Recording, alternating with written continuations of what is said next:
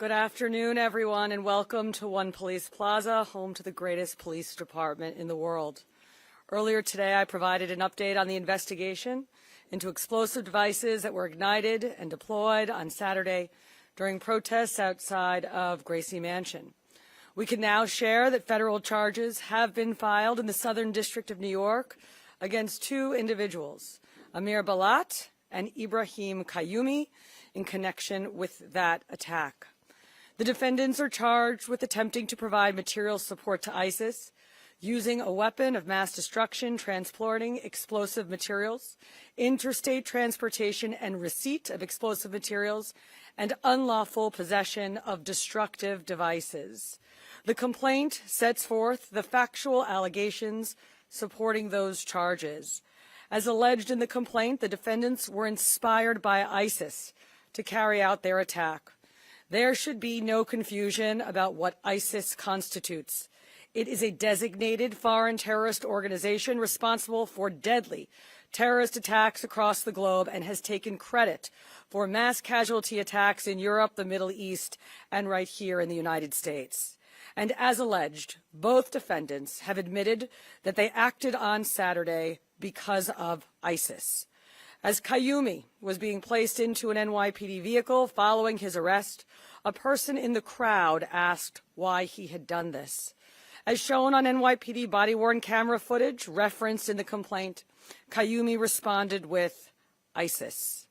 And at the precinct, after being advised of his Miranda rights and waiving those rights, Qayyumi said in recorded post-arrest statements that he had watched ISIS propaganda on his phone and that his actions that day were partly inspired by ISIS.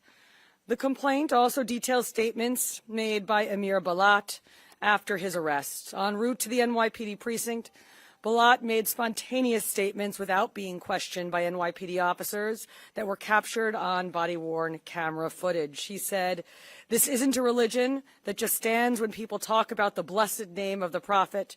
We take action, as well as, if I didn't do it, someone else will come and do it." And later, after waiving his rights, he requested paper and wrote a message declaring in part, "I pledge my allegiance to the Islamic State. Die in your rage, you kuffar." Now, die in your rage is a commonly known ISIS slogan, and kuffar is an Arabic term that refers to non-believers. He also told investigators that he had hoped to carry out an attack even bigger than the Boston Marathon bombing, which he noted resulted in only 3 deaths. These statements, as set forth in the complaint, make clear that this was not random violence. This was a planned attack motivated by extremist ideology and inspired by a violent foreign terrorist organization. The complaint alleges not only why the defendants acted, but how.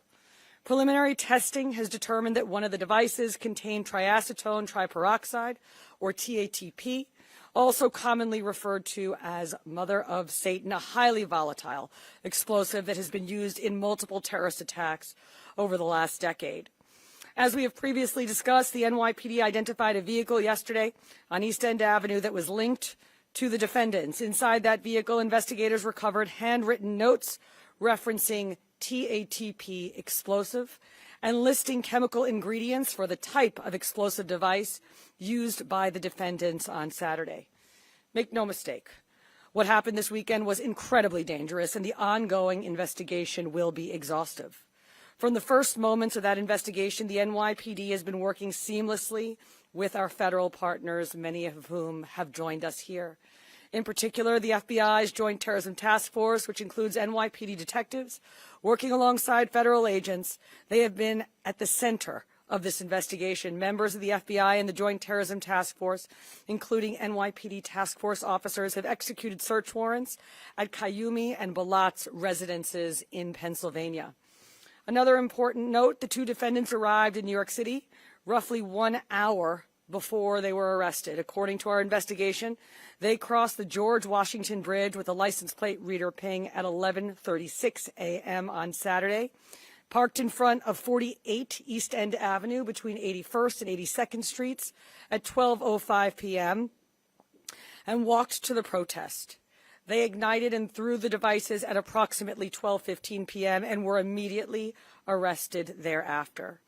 I want to thank our great United States Attorney Jay Clayton for his extraordinary partnership, as well as the prosecutors from SDNY for everything that they do, especially for their work on this investigation and their forthcoming prosecution. I also want to thank the FBI, especially James Barnacle, Assistant Director in charge of the FBI New York Field Office, and Rob Cassane, the FBI's Special Agent in charge for counterterrorism, as well as the Joint Terrorism Task Force. We are grateful always for the FBI agents and Assistant U.S. Attorneys who have been working around the clock with us since Saturday. Finally, and most importantly, I want to recognize the members of the NYPD who responded on Saturday and in the hours that followed. The officers assigned to that protest who ran toward a lit, improvised, explosive device, the bomb squad technicians who secured and analyzed the devices, the detectives and analysts who worked through the night to develop this investigation, and the countless members of service who helped ensure the security of the people of New York City during a very tense and dangerous situation.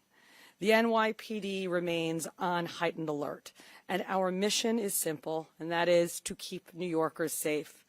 That responsibility belongs to the nearly 35,000 members of this department who stand watch over this city and who are prepared to respond whenever and wherever danger appears. On Saturday, we saw that commitment in action.